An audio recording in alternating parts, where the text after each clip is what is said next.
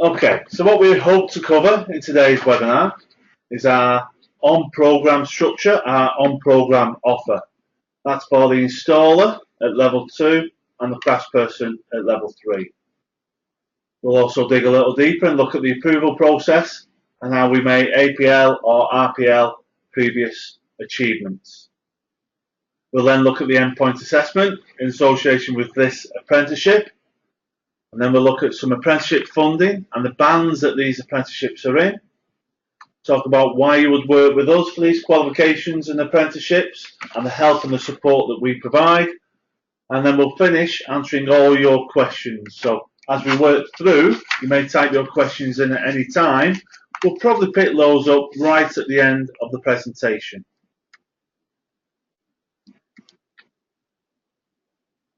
Okay, thank you. I'll hand you over to my colleague, Salim, to take the next slide.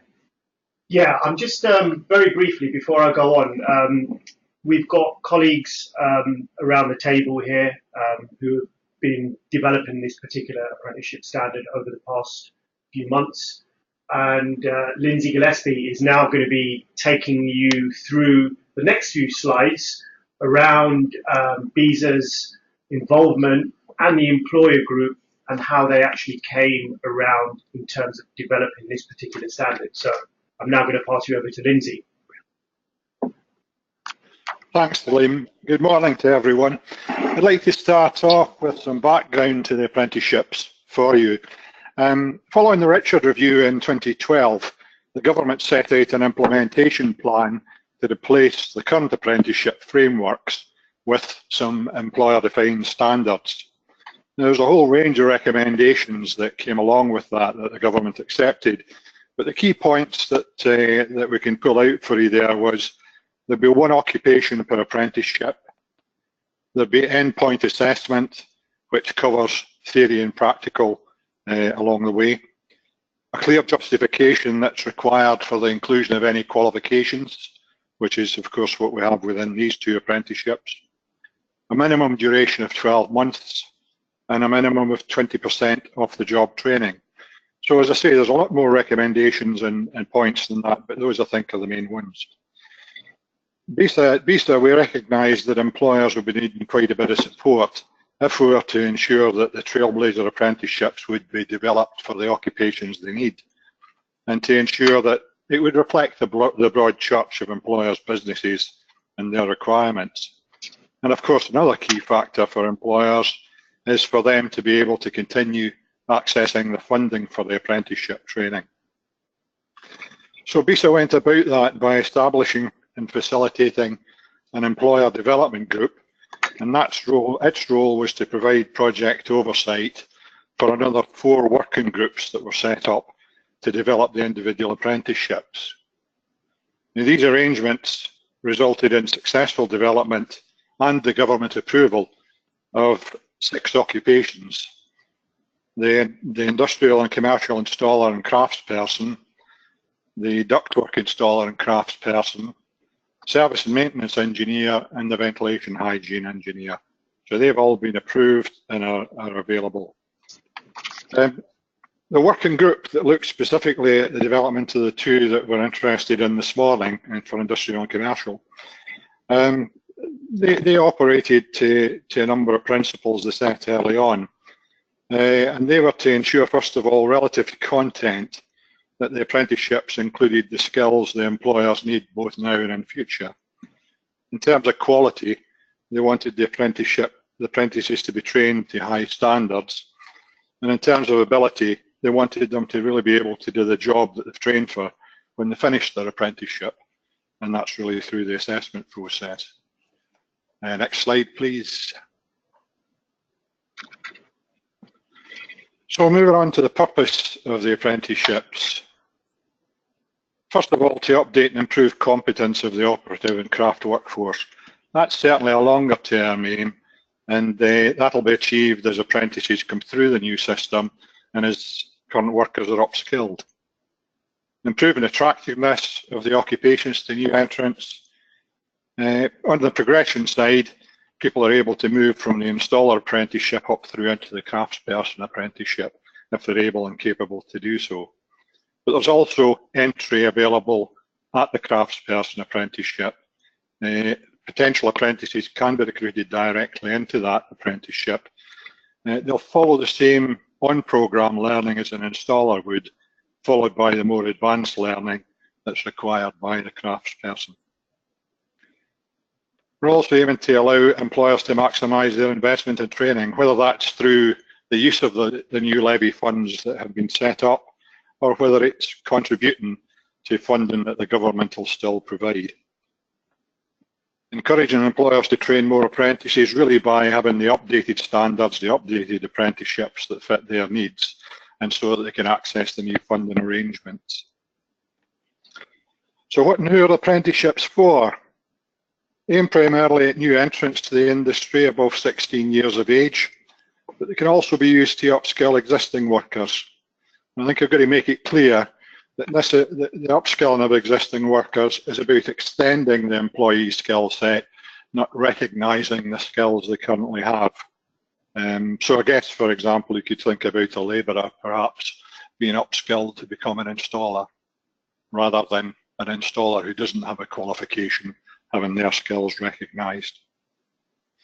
In terms of help and support that we can provide, at the end of 2016, the Employer Development Group established what's now known as the Building Services Engineering Apprenticeship Board. It's mainly concerned with reviewing the apprenticeships as they move forward, but it'll also respond to what we term as the apprenticeship community, which includes yourselves, on any issues that affect the successful implementation of the apprenticeships. I should be able to deal with matters that don't require decisions by the Apprenticeship Board, and we'll try to do that along the way. And visa training has also provided quite a lot of guidance on its website on the new apprenticeships and on the funding and through its support staff. Next slide, please. So here's some basic information about the apprenticeships. First of all, the installer. It's the level 2 apprenticeship standard. It has been approved for delivery. It's a minimum duration of 24 months unless the candidate has previous experience. It's aimed at funding band 10, which gives a maximum funding of £12,000. The Craftsperson is a level 3 apprenticeship standard. It's approved for delivery.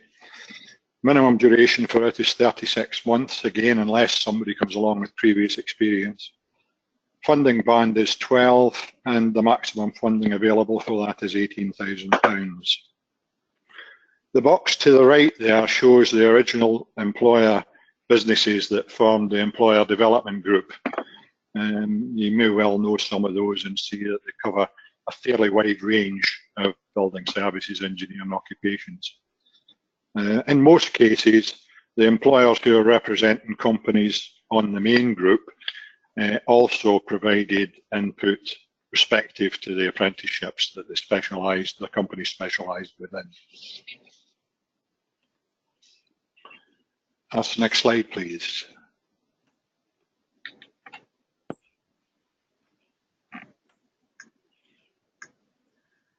Okay, so this slide basically gives you a kind of visual of how the actual apprenticeship is actually structured.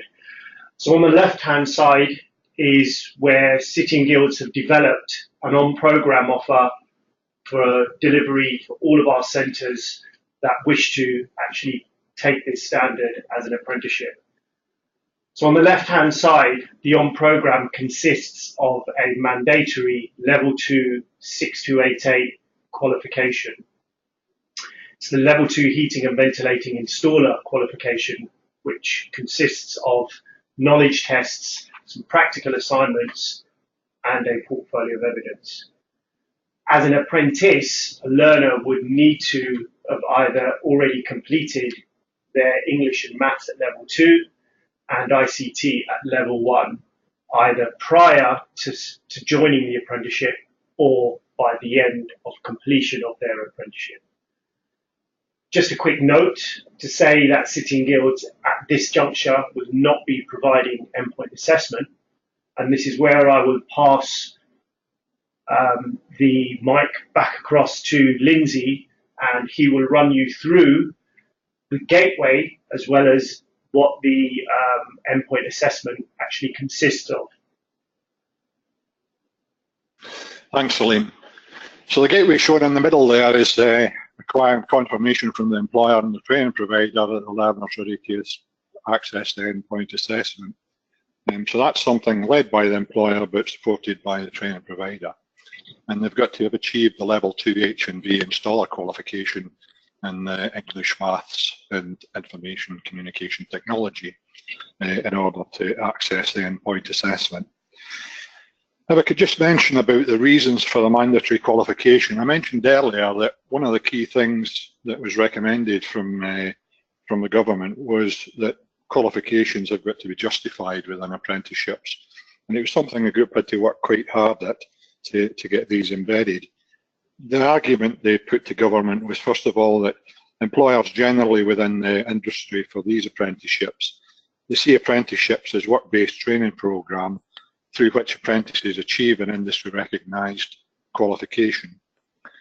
Secondly, experienced workers who wish to become qualified and aren't qualified do that through achievement of a competence-based qualification.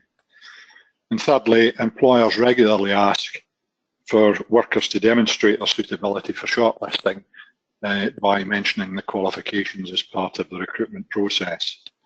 So those are the three key arguments that employers put forward, which secured the mandatory requirement for qualifications within the apprenticeships. Moving on to the endpoint assessment itself, this one has two components and they're graded as pass, merit or distinction. There's a knowledge test in there. The knowledge test comprises of 40 questions which are taken over a duration of 60 minutes. The pass mark for those are 65%, merit is 75%, and distinction will be 85%. There's also a skills test that's been introduced. The duration of that will be 10 hours, taken over 2 days. The purpose of that is to confirm the apprentice can organise and undertake pipework installations to specified standards and within a specified timescale. It will be invigilated, the test, and that can be done by a training provider. It can be delivered through a training provider, approved by the independent assessment organisation. It'll be assessed by an independent assessor throughout the task though. It's also worth mentioning that some of the behaviours are more likely to be assessed by interaction between the assessor and the apprentice as they're going through the test or right at the very end of it. The endpoint grading, apprentices must pass both assessment components in the specified order, and the final judgment is made by the independent assessment organisation, advised by the independent assessor. Next slide, please. Yeah, just to add to that as well, Lindsay, I did forget to mention that learners completing their on-programme qualification, the 6288 Level 2, on completion they will get a certification which will be part of their gateway to ensure that the employer can then move them on to endpoint assessment.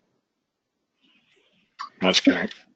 This slide basically just, it's just really a snip of just to inform centres that the material is available on the 6288 website. So if you haven't already seen this through the Focus Alert system, in terms of alerting centres that this product is actually live, it is actually live now. So all the centre documentation, the assessment documentation is live and available on the 6288 web page. In terms of assessment materials, this is also live, and passwords can be found on Wall Garden. So in terms of the 6288 offer, obviously centres can register on this programme as we speak right now. Upon registration, they will have access to the workplace logbook, which has been developed by our qualification and assessment development team. All the handbooks and assessment materials are live and available to view. As well, we've got Learning Assistant, which is our e-portfolio and this is all this is in the process of being available as well. So again, look out for some communications around when this will actually be going live as well. I'm now going to pass you over to my colleague Nicole, who's going to run you through the next few slides around the assessments specific to the installer 6288 qualification. Hello everybody. So the level 2 qualification is made up of 10 units that range from health and safety, scientific principles, communication with others. There are 4 units that specialise on the systems, so hot water systems, cold water systems, hot water heating systems and chilled water systems. A unit around fabrication and preparation of pipework. A unit that focuses solely on gathering evidence in the workplace, so the installation of these types of systems. And lastly, the ability to understand testing, charging and decommissioning. Now, those units are assessed through 6 assessments. So we have a health and safety 40-item multiple choice test that's available via our Evolve system. Also, we've got a scientific principles test also available via Evolve, which is also 40 items. The communication module is an assignment that's available on our webpage, and the installation of systems is a logbook which will be assessed by a portfolio which is available on our webpage. Lastly, we've got a synoptic systems test which assesses the 4 systems, so hot, cold, heating and chilled, as well as the decommissioning, charging and testing knowledge, all within one test. So through the screens here, the format of the assignments will be something you're familiar with and very similar to the existing 6188. It was just a case of going through and refining what you're currently doing with people that are currently using it and looking at making sure it's all valid, fit for purpose and meets the requirements of industry still. So on the screen now you've got examples of the types of tasks that fit within the prefabrication and the preparation and fabrication assignment. So all task-based assessments that candidates can gradually work through.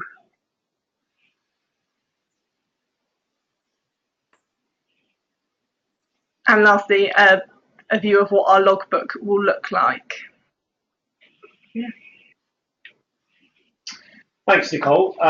So we're just going to have a look at the structure and how the structure for the level 3 craftsperson apprenticeship has been developed. And again, I'll look at the on-programme and how that is actually structured. So it's not too dissimilar in terms of the actual development and structure of this particular apprenticeship standard. So similar to the installer. So we've got a mandatory qualification, once again, 6288-03. Again, very similar to the installer in terms of its layout. It's a combination of record of achievements, so with some professional discussion as well as an endpoint assessment as well. There is a mandatory English and mathematics at level 3 and ICT at level 1 requirement, either prior to joining as an apprentice or achievement at the end of their apprenticeship. Again, at this juncture, we will not be, City and Guilds will not be delivering endpoint assessment at this moment in time. I'm just going to pass you over to Lindsay, who's going to talk you through the gateway and a little bit more detail around the endpoint assessment in terms of its content. Lindsay, over to you. Okay, thanks. So the gateway here involves confirmation again from the employer and training provider, similar to the level 2, that the learner is ready to access the endpoint assessment. It is really important that that's done, because you get in then to the cost of assessment, and you certainly don't want the apprentice to be failing because they're not fully prepared and ready to be assessed. You've got to have the level 3 heating and ventilating craftsperson qualification, the English and maths, and the level 1 information and communication technology. Just touching on the on-programme as well, the foundation training that craftsperson apprentices do should follow the same as those who who follow the installer apprenticeship. The installer achievement of the installer qualification is optional, but it can provide a craftsperson apprentice with recognition if they need to leave the programme, perhaps because they're struggling their way through it and just are unable for whatever reason to continue. There's a record of achievement that's required by all apprentices to produce, and that supports the professional discussion that forms part of the overall assessment. They need to produce that as they're going through their apprenticeship, particularly towards the tail end of it. And the evidence that's in that record of achievement can't have been assessed as part of the qualification. So it can be gathered through the process, but it can't have been assessed previously as part of the qualification. The endpoint assessment itself is 3 components, and they're graded as pass, merit or distinction. The knowledge test is multi-choice, comprises of 60 questions over 90 minutes, and the pass rates for those are 60 to 69 for pass, merit is 70 to 79, and distinction is 80% and above. The skills test, its purpose is to confirm the apprentice's ability to plan, resource, organise and undertake a pipework test to the specified standards and timescale. It's undertaken in 2 parts. Part 1 is a 3-hour design pipe installation from a brief. They'll produce an isometric sketch, they'll list the materials and tools, undertake a risk assessment, and that'll be done in invigilated exam conditions and sent off to the independent assessor for marking prior to the Part 2. The Part 2 takes place sometime after. It's a 10-hour test over 2 days. They'll install the design from Part 1. Again, it can be invigilated and delivered by the training provider, but will be assessed by the independent assessor throughout the task. The final, third and final part of the assessment is a professional discussion.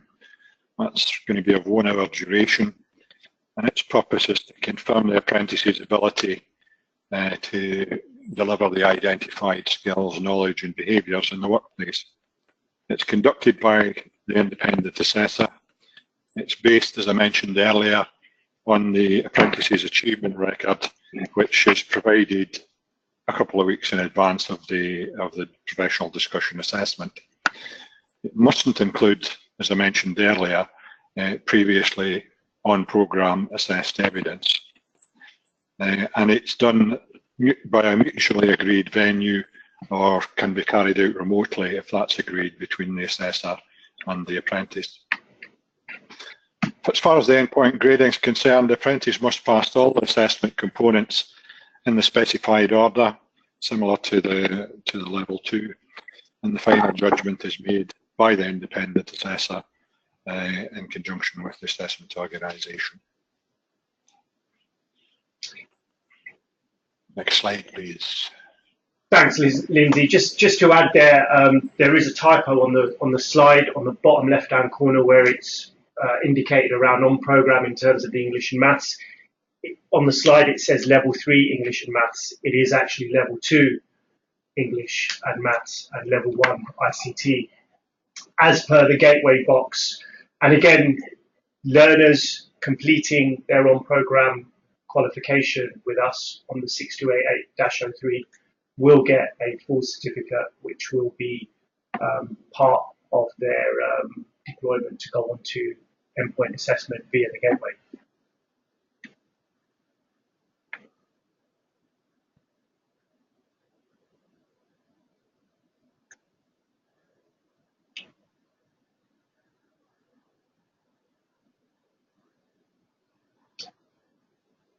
This slide, again, like the previous slide, was just indicates that this product is actually live. So the 6288 Craftsperson is actually live. The assessment materials, the workplace logbook, the assessment pack resource, and the qualification handbook are all available on the website and can be downloaded. Passwords can be picked up from Wall Garden. In terms of our offer for this particular apprenticeship standard and for this particular qualification, you register for the on-programme on 6288-31. You'll have access to the workplace logbook, the handbook and assessment materials. On completion of Unit 307, which has alignment to Gas Safe Register and is mandatory, this will result in candidates being able to apply to Gas Safe Register for that particular pathway. There is an optional welding practical assessment. When complete, they'll also be able to get their welding ticket, and it has been written to be aligned against the assessment requirements whilst meeting the standards within this particular unit. In addition, Learning Assistant is in the process of actually being built around 6288-31. And again, like with the previous apprenticeship standard, we will let you know once this is available for centres to actually register on as well. I'm just going to pass you back over to Nicole, who's going to run you through the assessments for 6288-31. Okay, thank you, Celine. So this qualification is built on the principle that the level 2 is the foundation knowledge that someone would need, and coming into the craftsperson, there's an expectation that they would already have that level of understanding and skill to be able to undertake this qualification. So there are 3 units in there which are also assessments within the level 2, because there's no progression between levels. So the health and safety, the science principles, and also the workbook, the logbook they would have completed at the level 2. If they've achieved the level 2, they wouldn't need to repeat these assessments. That achievement would already exist. The qualification then goes on to explore hot water systems and chilled systems in a more complex form, building on what's been taught at level 2. Likewise with hot water and cold water systems. We've also built into this qualification the Sitting Guilds 3345, which is the water regulation units, and also the unvented systems units and assessments, which the learners will also receive the 3345 certificate for when they complete. Additional to this as well, this qualification looks at the candidate being able to organise resources. So where at level 2 we were talking about communication with peers, now it's more of a supervisory type role, and the ability to organise themselves and perhaps others. And lastly, the next unit is around fuel systems. So this fuel system aligns to the Gas Safe Register requirements for the limited scope. So for the assessment of that, there's 2 parts to the assessment for that reason. And then lastly, we get on to welding. So the employer group felt that there was a need for the candidates to have a knowledge of welding, but not necessarily the practical skill.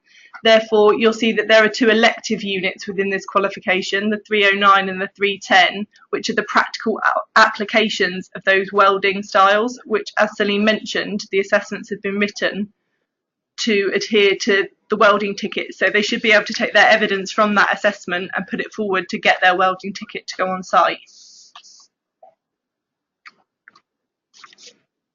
So as before, this is made up of a mixture of multiple choice tests and assignments. So here you can see the assignment pack. Within the assignment pack, we explore the heating and chilled water systems together, 2 versions of the assignment, so an initial sitting and a resit, and centres can have the option of which they deliver.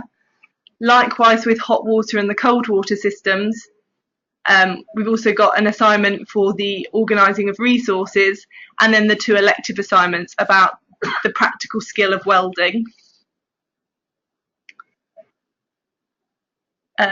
Again, similar format to what you'd expect. The assessments for the unvented and water regs are exactly the same as what are within the 3345, so many of you might already be familiar with those. And lastly, there is another portfolio. So they would need to take their portfolio at level 2 and essentially build on that and work with more complex systems and arrangements. So it's a progression onwards. Okay, hi everybody, it's Rob Malinder. I'm just going to take you through a couple of slides on Learning Assistant and try and relate to a couple of questions we've had also on the logbook and try and sort of cover them whilst we're discussing LA.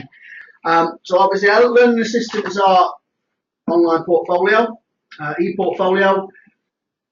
Centres can access this through the internet, through an app on maybe an iPad, and it's a way of storing your candidate's information. You would have to get this built for the qualification for your centre.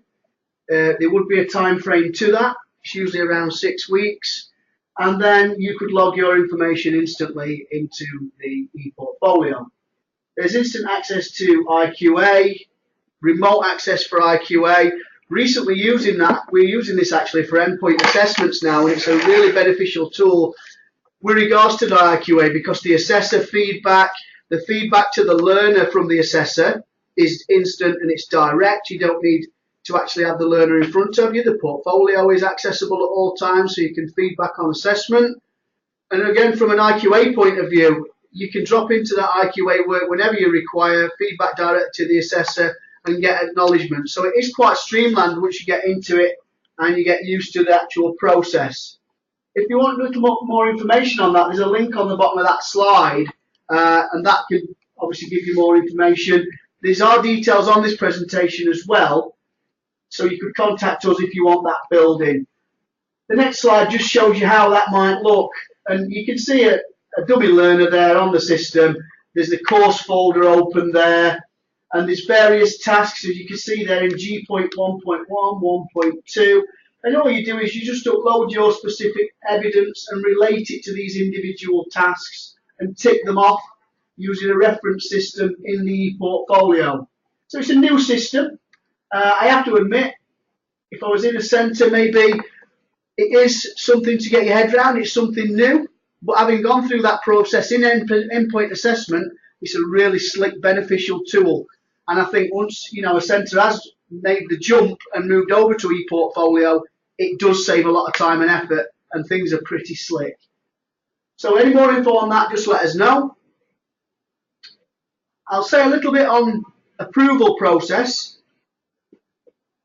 So approval for the qualification. It's a new apprenticeship standard. You need to go for approval for the qualification, but centres delivering either of the current complexes, 618820, the current MVQ2, or 618830, will have automatic approval. Now, a suggestion there would be just to contact your regional office or have a look on your profile on Wall Garden just to make sure it is on there. It should be uploaded automatic, but just to save being tripped up when you try and register, just look on your Wall Garden profile and make sure you can see that qualification code on there. If not, it's just a quick email to the regional office and they'll just acknowledge that and put it on there for you. With regards to APL, we have got obviously other qualifications we might be looking to map into this, but for learners who have completed the current 6188 Level 2 Health and Safety and Science, do not need to do the relevant multiple choice tests within 6288. You will need to claim them though using a proxy number on Wall Garden. So that's safety and science. All the other assessments need to be completed or separately by means of the assessor mapping that evidence into the qualification, RPL, APL separately, and getting that agreed with your EQA. So basically they're the only two assessments which are automatically APL from previous qualifications. So what we look towards there is we shouldn't see many people transferring from the current framework, to be fair, because you would generally finish off on that framework before you transfer across and start all new learners onto new standards. It might be somebody who's actually dropped out and lost a job, maybe left the centre, and now they come back in and they already hold a couple of assessments. You can acknowledge them. Anything else has to be mapped separately and agreed by the EQA network, and obviously advisor support and things like that. So learner and centre requirements. Basically the level 3 is assuming you've got level 2 standard of knowledge and experience. So level 2 is not mandatory, but if you're not using that level 2 qualification, you've got to justify your learner has relevant knowledge and experience equivalent to that level 2 qualification if they don't hold it. So we can't make it a mandatory prerequisite, but the learner should be at that knowledge, and that's part of your centre's initial assessment to make that judgment, and you would acknowledge they might have a previous level 2 MVQ maybe, which would then progress them onto the new level 3 standard. That's the type of scenario we might see. Just going to pass you over back to Lindsay now, who's going to talk to you a little bit more about endpoint assessment, Visa's role around this, and how they can help and assist you in coming to terms with endpoint assessment for these 2 apprenticeship standards. Lindsay, over to you. Thanks, Liam.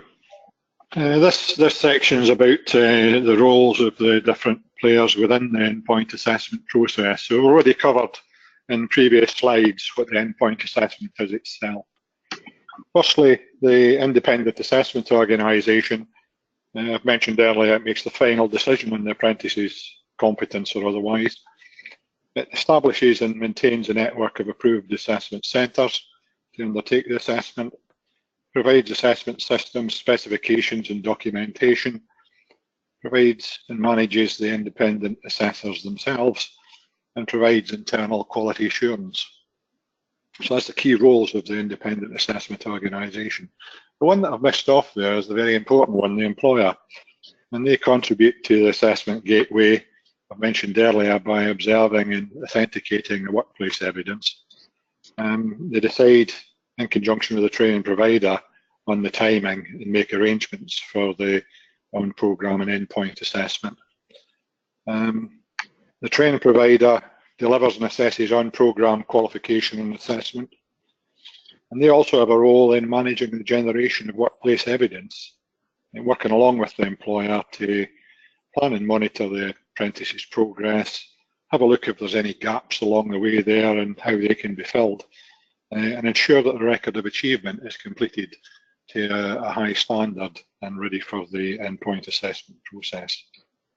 They also support the employer in deciding when the time is right for the apprentice to be put forward for endpoint assessment and help to prepare the apprentice for the endpoint assessment itself. Independent assessor, their requirements are to be occupationally competent, and that's classified as having an H&V Craftsperson level 3 NVQ or SVQ or a gold skill card or equivalent. And they've also got to have assessment competence or be working towards the relevant assessor qualifications. Additional requirements for craftsperson assessors, they need to have 5 years post-qualification experience within the industry.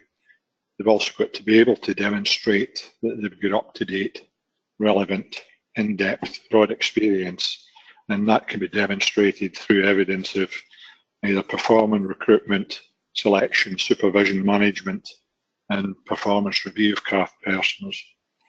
And they've also got to undertake CPD each year to confirm they've got the technical knowledge and understanding on how the behaviours within the craftsperson qualification operate. In terms of an assessment organisation, Visa Training intends to become a registered assessment provider. It's got a programme in place to have the assessments available by September of this year, 2018. And the details of the assessment centres and assessors applications will be made available to 6288 centres. As long as City and Guilds are prepared to provide us with those, of course.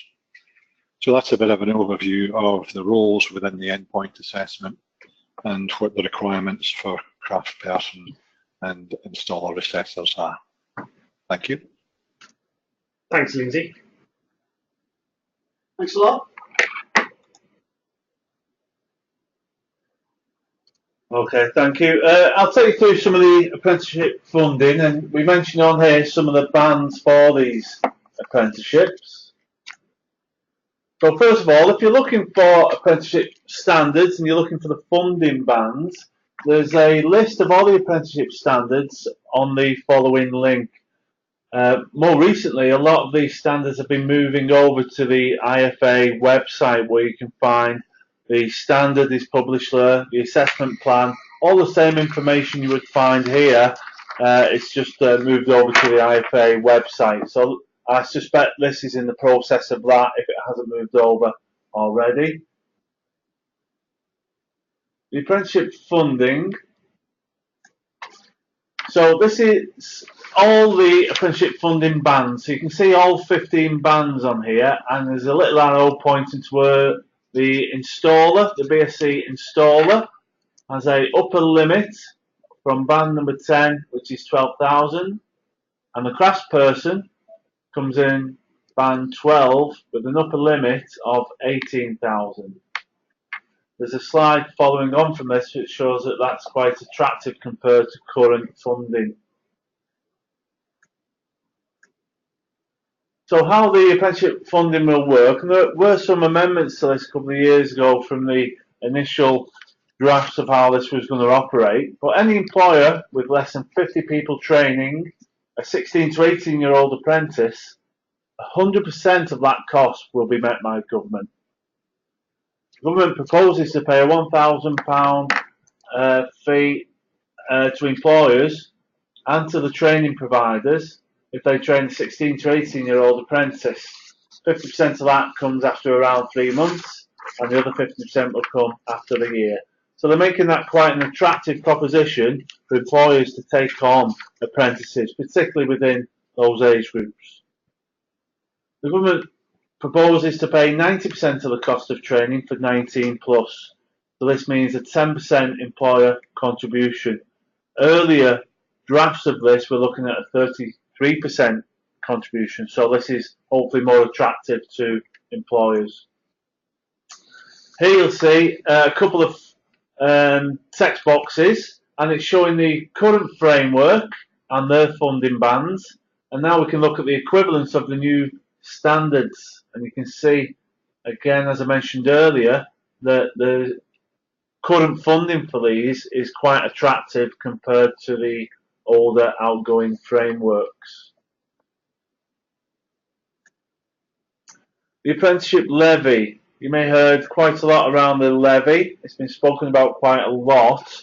It doesn't affect many of the smaller companies. However, in this area, we do have some larger employers and larger providers.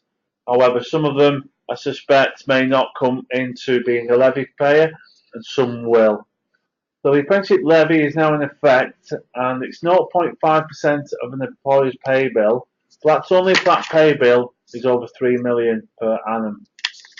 So it is suspected that overall less than 2% of all UK employers will pay the levy.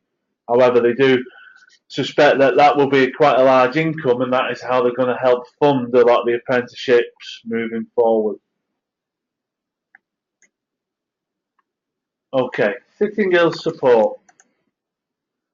Just got a few slides now that we'll work through, and then what we'll probably do is pause you just for a couple of minutes. We'll have a glance at the questions that have come through, and then we'll try our best at answering all of those fully. First of all, Sitting Girls EQA vacancies. From time to time, we're looking for external quality assurers, and there's a range of activities that we need to undertake in the new world. If you're interested in being an external quality assurer at Sitting Girls, you don't have to wait for a post to be advertised. You can go on to the following link and register your interest. This is particularly useful for us because if there's a role coming up, we can look back at the list of several people who may have expressed an interest in the past. So if this is something you're interested in your own careers, please do follow that link. Webinars and recorded webinars. This is something we're looking to promote a lot more of in the future. Obviously, you're on the webinar now, and we'll record this and make it available afterwards if there's something you want clarity on or you wish to listen to parts of it again. But we've also done webinars on things like funding, new apprenticeships, and lots of varied and specific topics. We have those recorded and hosted on our website. So the link there will take you to that. If you want an update on something specific like the funding, a lot more detail from our funding manager, then you can go on there and listen to those recorded webinars. You can also see new webinars which are coming up and register for more if you wish. Evolve Analytics. This is something we've had access to for quite a few years now, but not all providers are fully aware of its functionality. particularly this qualification having evolved assessments, what the analytics will do, and you can register for this through your walled garden system, the modern walled garden system you have now, and get access to much more analytical data to help benchmark your learners and their success rates with individual assessments. And it's also a good way for us to keep on top of how our assessments and units are performing. So if you've not used that analytical tool before, it's something of interest. It's very helpful, particularly at the end of the year when you're doing evaluation or reports into successes. Please follow that link and have a closer look at that. CPD training. Again, a little bit like the webinars, we do quite a lot of what we call our advanced CPD training events. And there's just a snip of some of them there. Some people are interested in becoming an EQA. There's no EQA positions available yet, but you can come to some of the workshops and start working towards qualifications leading to external quality assurance. I've done recently CPD, the IQA practices, which I found very, very interesting. Great at keeping you up to date. If you've passed IV awards several years ago, as I did myself, it was really useful to bring my own knowledge back up to date and refresh my memory on a lot of the practices, and look at a lot of the new modern practices in IQA, because it has moved on quite a lot in the last few years. Again, you can look at that part of the website, and it'll show you a lot of the training events that we do to support centres. Okay, just a couple of slides left. These certificates, again, this is something that we've had for a while, but we haven't really promoted too much, and we want all our providers to be aware of these. If you're using the modern walled garden and you have direct claim status, when you put in your claim for a certificate, within around 24 hours, you can access an e-certificate. That's very good for getting those returns in. If a learner is looking for that qualification to show their employer, maybe to get a pay rise or to help meet the requirements of the gateway, or it may be some more license to practice like water eggs and unvented. The learners are very keen to get those qualifications quickly, and excuse me, it's very good, I think, particularly when a learner turns up to site, and if they're asked for the qualifications, they can have it on their phone, as it'll automatically fit as a PDF onto a smartphone without having to carry the paper copy around. So this is something that's very advantageous, so we would encourage you to have a look at that. Okay, we're just going to pause for a moment now, and we've got a few questions coming in. We're going to have a glance at those, then we've just got a couple of slides and we can come back. So, yeah, thank you. If we can just pause for just 2 minutes.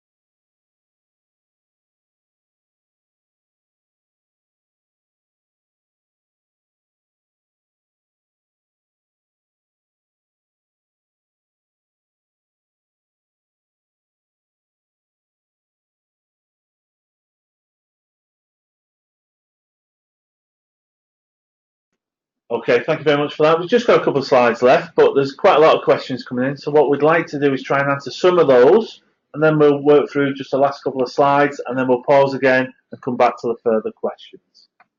Thanks a lot, David. So, yeah, keep your questions coming. We'll try and pick them all up. I'm going to answer 2 or 3 questions, then I'm just going to ask Lindsay if he can elaborate on my first point, because they're the organisation dealing more with endpoint assessment.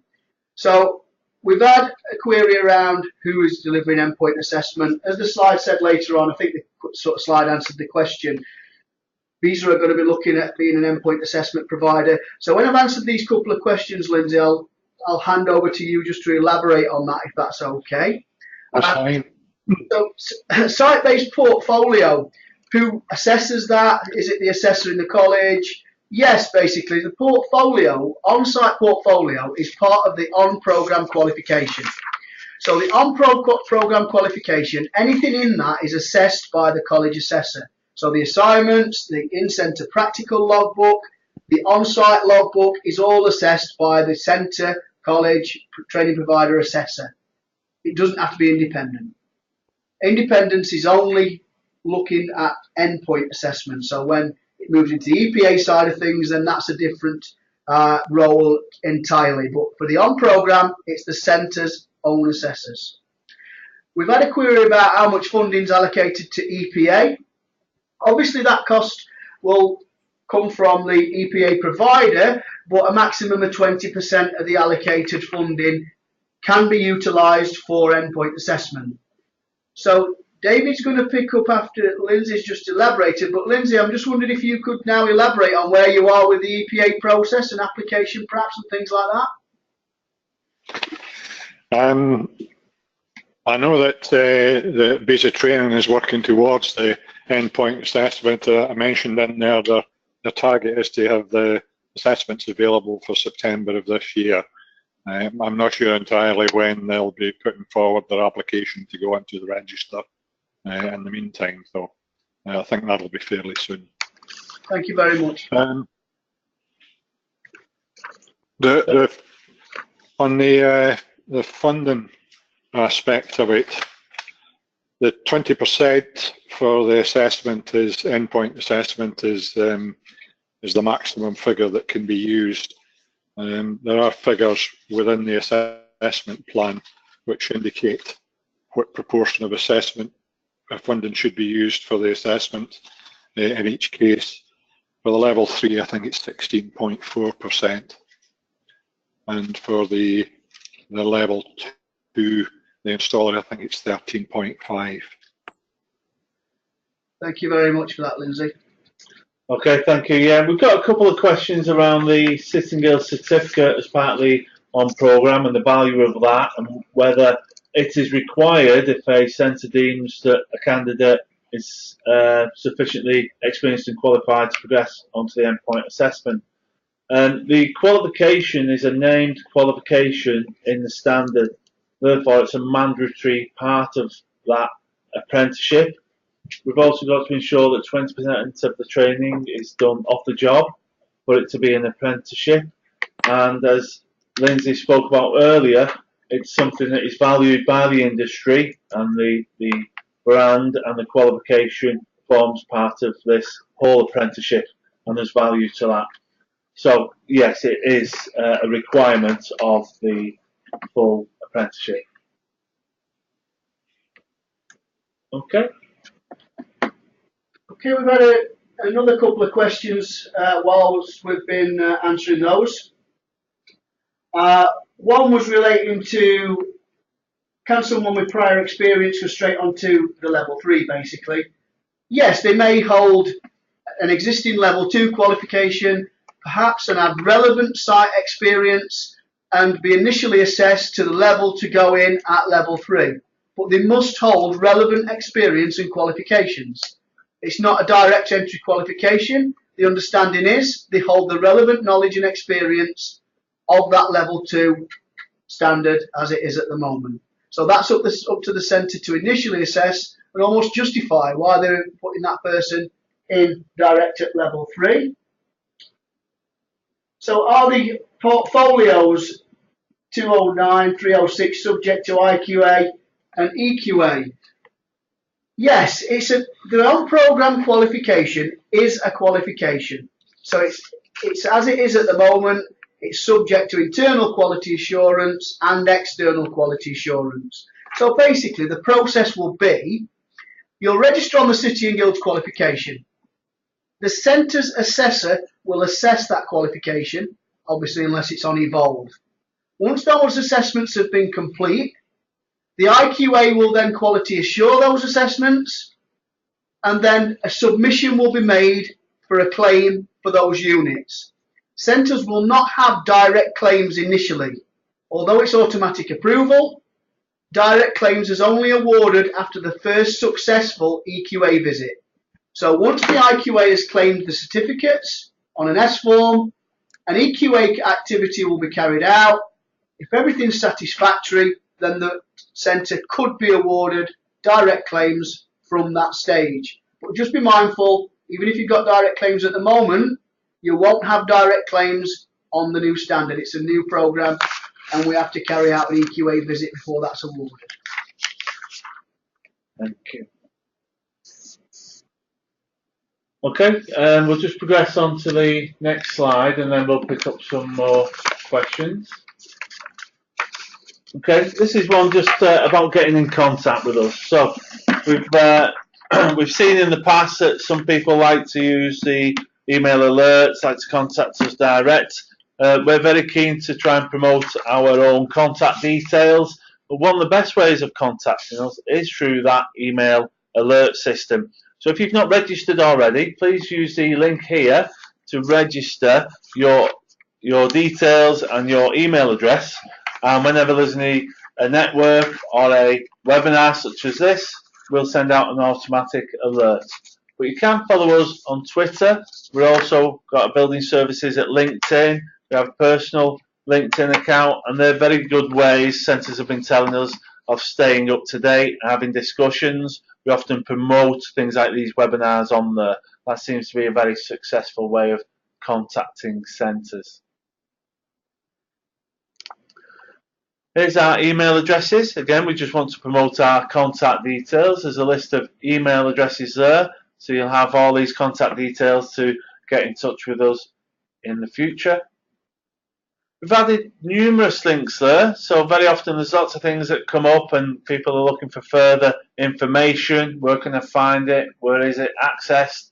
So we've just added numerous links at the end. If there's things on there that you're interested in, you can go straight to it using that link.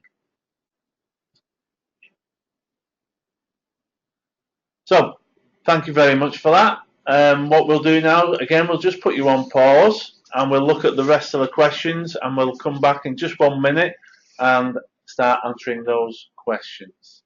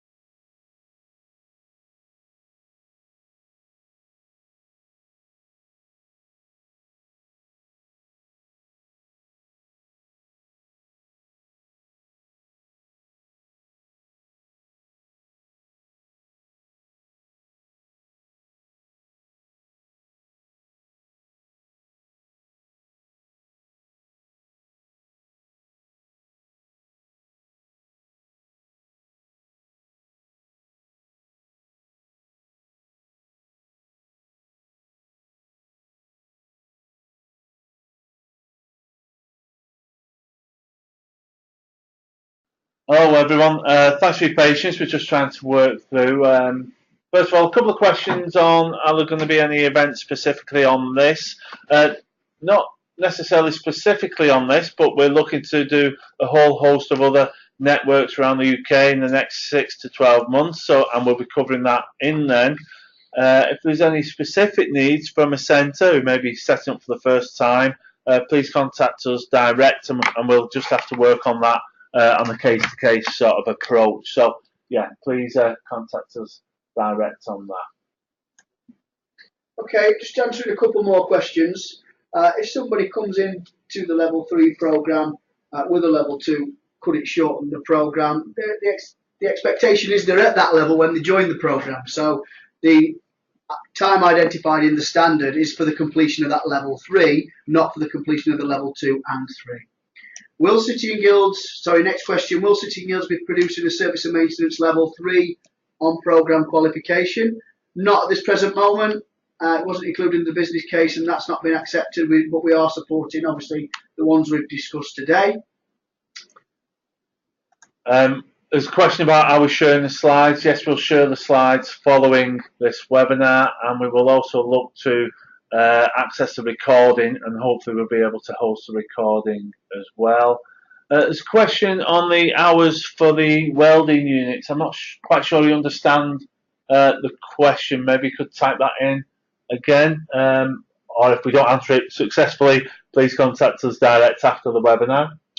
Yeah, with the welding unit, I think what we're getting at there is I think the practical is outside the standard. So the knowledge hours would need recording as part of the 20% off the job training.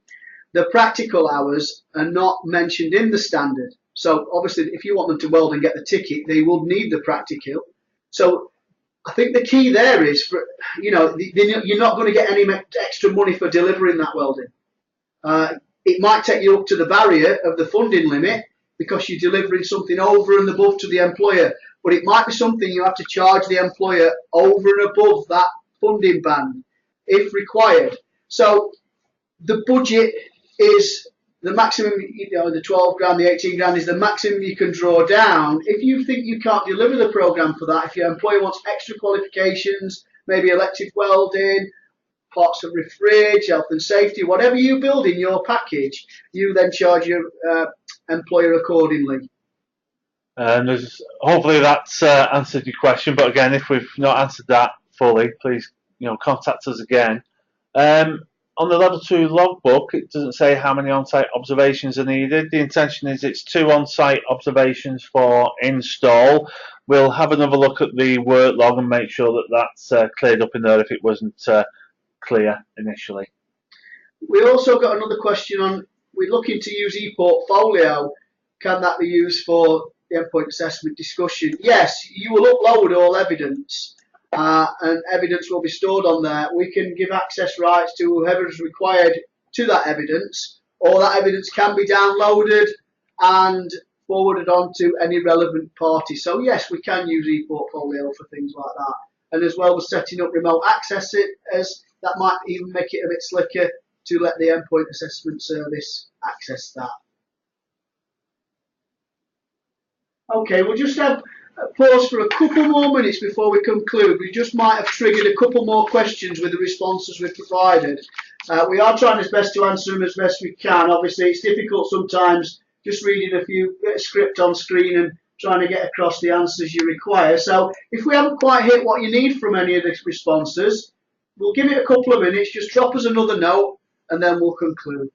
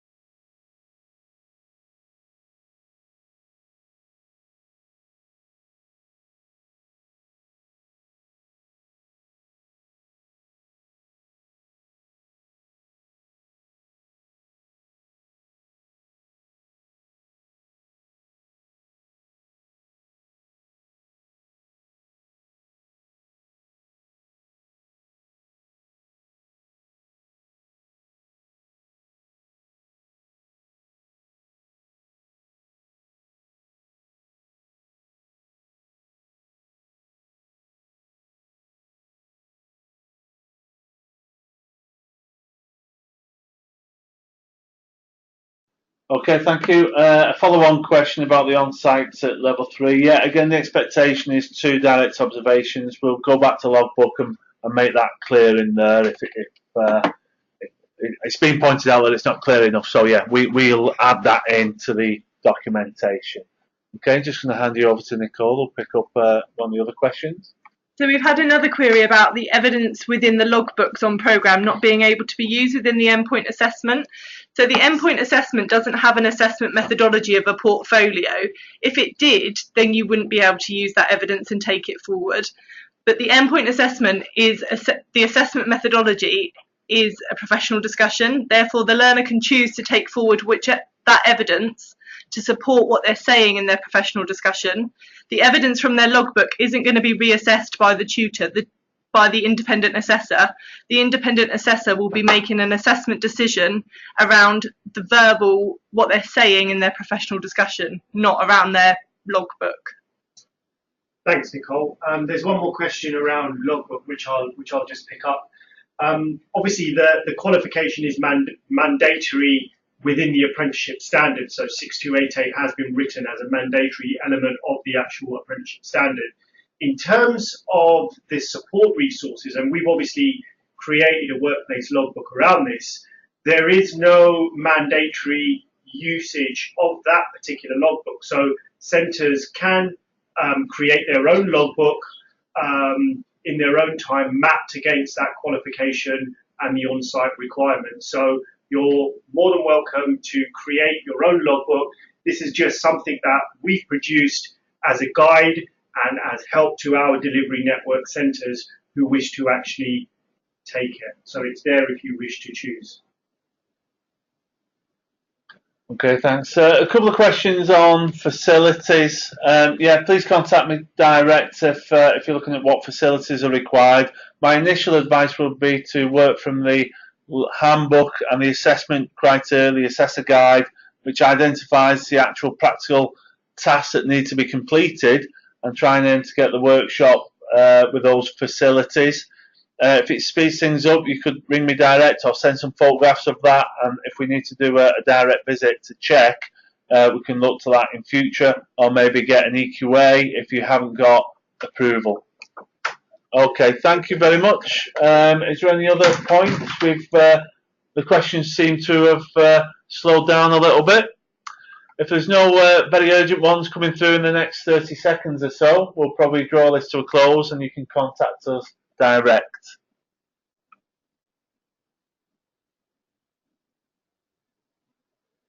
Okay, thank you. There's been no further questions. So yeah, once again, thank you very much for your time. Really appreciate all the hosts hosting today's webinar, all the delegates for logging in, and oh, Rob, did you have another point? So just one last point's just come through. We'll try and clarify it before we say goodbye. The question is, EPA assessors, where are they from?